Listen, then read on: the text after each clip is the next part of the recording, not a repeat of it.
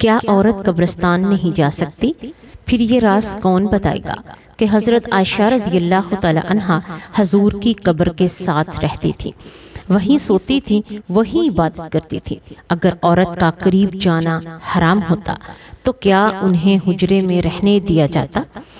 بسم اللہ الرحمن الرحیم۔ السلام علیکم ورحمۃ اللہ وبرکاتہ۔ قبرستان وہ جگہ ہے جہاں انسان کی آخری آرام گاہ ہوتی ہے۔ یہ دنیا کی زندگی کے بعد کا پہلا پڑاؤ ہے، جہاں انسان اپنی دنیاوی شان و شوکت، مال و دولت سب کچھ چھوڑ کر آتا ہے۔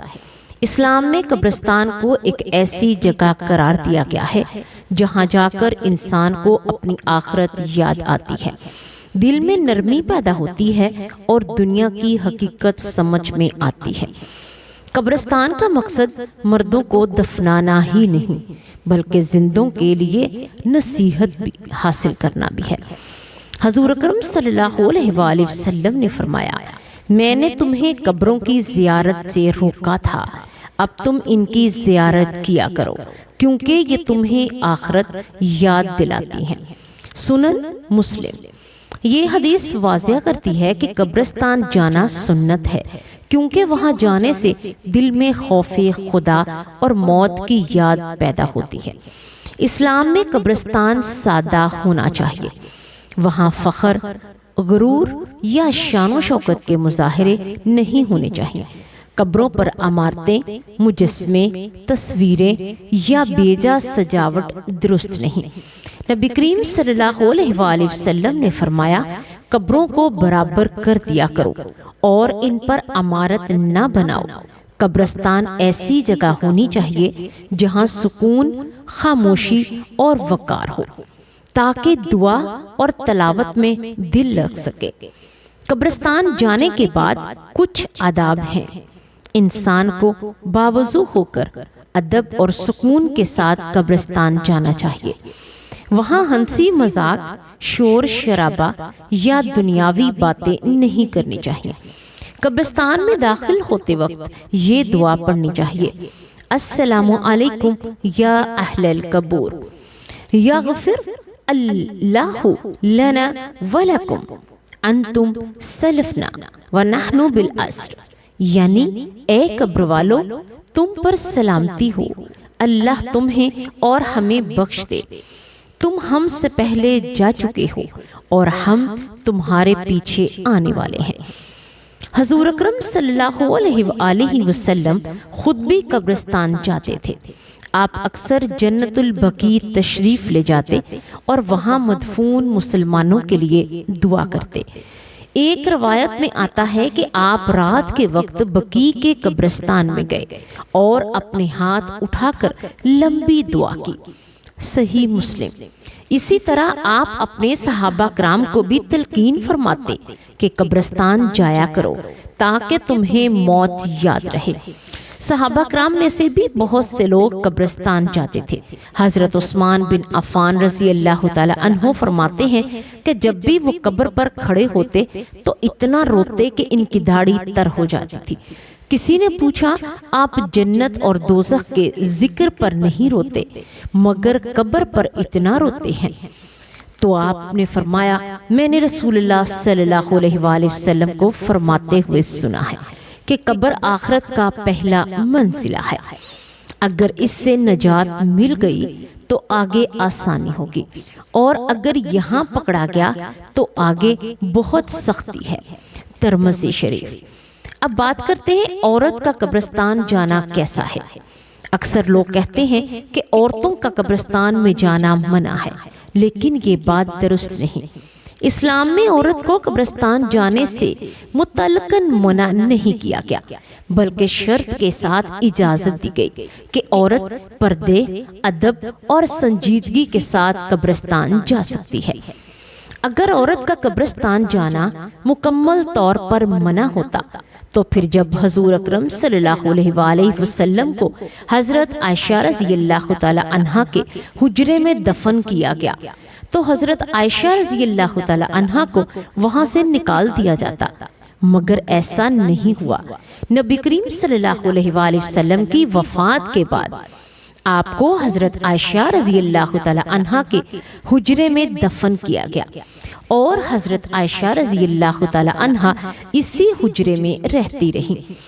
وہ اسی جگہ چارپائی بچھا کر سوتی تھی، لیکن ادب احترام کے ساتھ۔ پھر جب ان کے والد حضرت ابوبکر صدیق رضی اللہ تعالی عنہ کو بھی وہیں دفن کیا گیا تو وہ تب بھی وہیں سوتی رہی، کیونکہ دونوں ان کے محرم تھے۔ مگر جب حضرت عمر رضی اللہ تعالی عنہ کو وہاں دفن کیا گیا تو انہوں نے پردہ کر لیا۔ وہ خود فرماتی ہیں کہ جب رسول اللہ صلی اللہ علیہ وآلہ وسلم اور میرے والد دفن ہوئے تو میں بغیر پردے کے حجرے میں داخل ہو جاتی تھی، مگر جب عمر دفن ہوئے تو اللہ کی قسم میں ہمیشہ پردہ کرتی تھی۔ ابو داؤد۔ اگر عورت کا قبرستان کے قریب رہنا یا وہاں داخل ہونا ناجائز ہوتا تو حضرت عائشہ رضی اللہ تعالی عنہا کو بھی حجرے سے باہر نکال دیا جاتا۔ اس لیے یہ کہنا کہ عورت قبرستان نہیں جا سکتی غلط فہمی ہے۔ عورت بالکل قبرستان جا سکتی ہے، مگر شرط یہ ہے کہ وہ پردے میں سنجیدگی سے دنیاوی باتوں سے دور اور دعا اور عبرت کے لیے جائے۔ عورت کے قبرستان جانے کے شرعی آداب یہ ہیں کہ وہ زینت کے ساتھ نہ جائے، چیخو پکار یا نوحہ نہ کرے، خاموشی سے دعا کرے اور وہاں زیادہ دیر نہ ٹھہرے۔ مقصد صرف عبرت حاصل کرنا اور مرحومین کے لیے دعا کرنا ہونا چاہیے۔ قبرستان جاتے وقت عورت کو بھی وہی دعا پڑھنی چاہیے جو مرد پڑھتے ہیں۔ السلام علیکم یا اہل القبور، یغفر اللہ لنا ولکم، انتم سلفنا ونحن بالعصر۔ وہاں جا کر قرآن پاک کی تلاوت کرنا، سورۃ یاسین یا سورہ ملک پڑھنا باعث رحمت ہے۔ نبی کریم صلی اللہ علیہ وآلہ وسلم نے فرمایا، اپنے مردوں پر سورہ یاسین پڑھو۔ ابو داؤد۔ قبرستان میں ہمیں اللہ سے دعا مانگنی چاہیے کہ اے اللہ ہمیں بھی نیک انجام عطا فرما، ہمارے مرنے والوں کو بخش دے، ان کی قبروں کو منور کر دے اور ہمیں موت کے بعد کے امتحانوں میں آسانی عطا فرما۔ اے اللہ ہمارے والدین، بہن بھائیوں، رشتہ داروں، دوستوں اور تمام مسلمانوں کی مغفرت فرما دے، ان کی قبروں کو جنت کے باغوں میں سے ایک باغ بنا دے۔ اے اللہ ہمیں موت سے پہلے توبہ کی توفیق دے، قبر کے سوالات میں آسانی عطا فرما اور قیامت کے دن اپنے نبی صلی اللہ علیہ وآلہ وسلم کی شفاعت نصیب فرما۔ پیارے ناظرین، یہاں بتاتے چلیں کہ جب بھی آپ قبرستان میں جائیں تو درود پاک پڑھتے جائیں۔ درود پاک کے صدقے اللہ تبارک و تعالی تمام قبرستان والوں کے گناہوں کو بخش دیتا ہے اور اللہ ان کی قبروں پر رحمتیں نازل فرماتا ہے۔ درود ابراہیمی پڑھنے کے بعد اللہ سے دعا کریں، اللہ تبارک و تعالی ان تمام قبروں پر کروڑوں رحمتیں اور برکتیں نازل فرما۔ اللہ ان کو قبر کے عذاب سے محفوظ رکھ۔ اللہ ان کے صغیرہ کبیرہ گناہوں کو بخش دے اور ان پر اپنا رحمان والا معاملہ کرنا۔ اللہ بے شک تو سب کو معاف فرمانے والا ہے اور تو سب کو بخشنے والا ہے۔ میرے اللہ تو اپنے بندے سے 70 ماؤں سے بھی زیادہ پیار کرتا ہے۔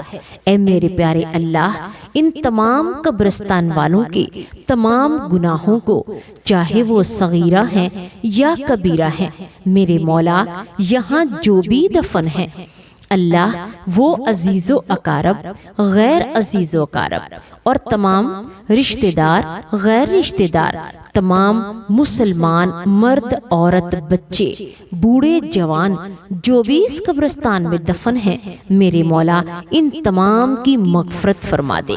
اللہ ان تمام کی قبروں پر کروڑوں رحمتیں اور برکتیں نازل فرما۔ یا میرے مولا بے شک تو سب کو بخشنے والا ہے، اللہ ان تمام کو بھی بخش دے۔ یا اللہ جو میں نے درود پاک پڑھا، اس درود پاک کے صدقے میرے مولا ان تمام پر اپنی رحمت نازل فرما۔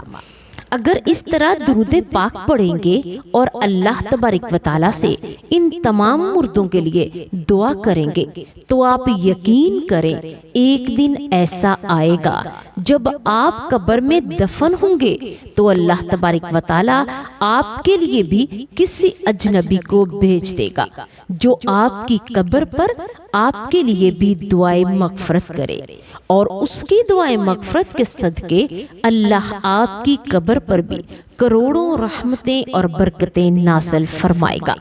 پیارے ناظرین، اگر آپ کو یہ باتیں پسند آئیں اور آپ چاہتے ہیں یہ علم دوسروں تک بھی پہنچے تو ویڈیو کو لائک کریں، شیئر کریں اور چینل کو ضرور سبسکرائب کریں، کیونکہ اچھی بات کو پھیلانا صرف نیکی نہیں بلکہ صدقہ جاریہ ہے۔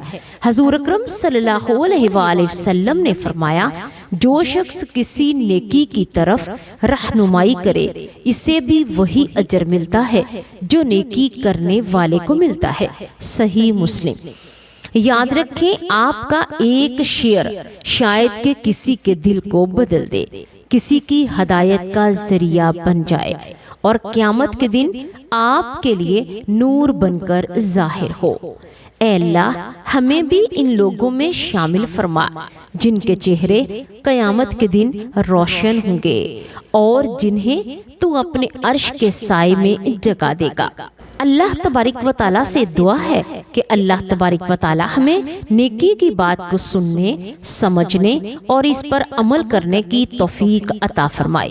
اللہ تبارک و تعالیٰ ہمیں یہ توفیق عطا فرمائے کہ ہم اپنی آخرت کی تیاری کر سکیں۔ اللہ تبارک و تعالیٰ ہمیں یہ توفیق بخشے کہ ہم اپنے قبر کے عذاب سے بچنے کے لیے اللہ تبارک و تعالیٰ کی رضا حاصل کرنے کے لیے برائیوں کو چھوڑ دیں اور نیکیوں کو اپنا لیں۔ اللہ ہمیں پنجگانہ نمازی بنا دے اور ہماری نمازوں میں خشوع و خضوع پیدا فرما دے۔ اللہ تبارک و تعالی ہم تمام کا حامی و ناصر ہو، آمین یا رب العالمین۔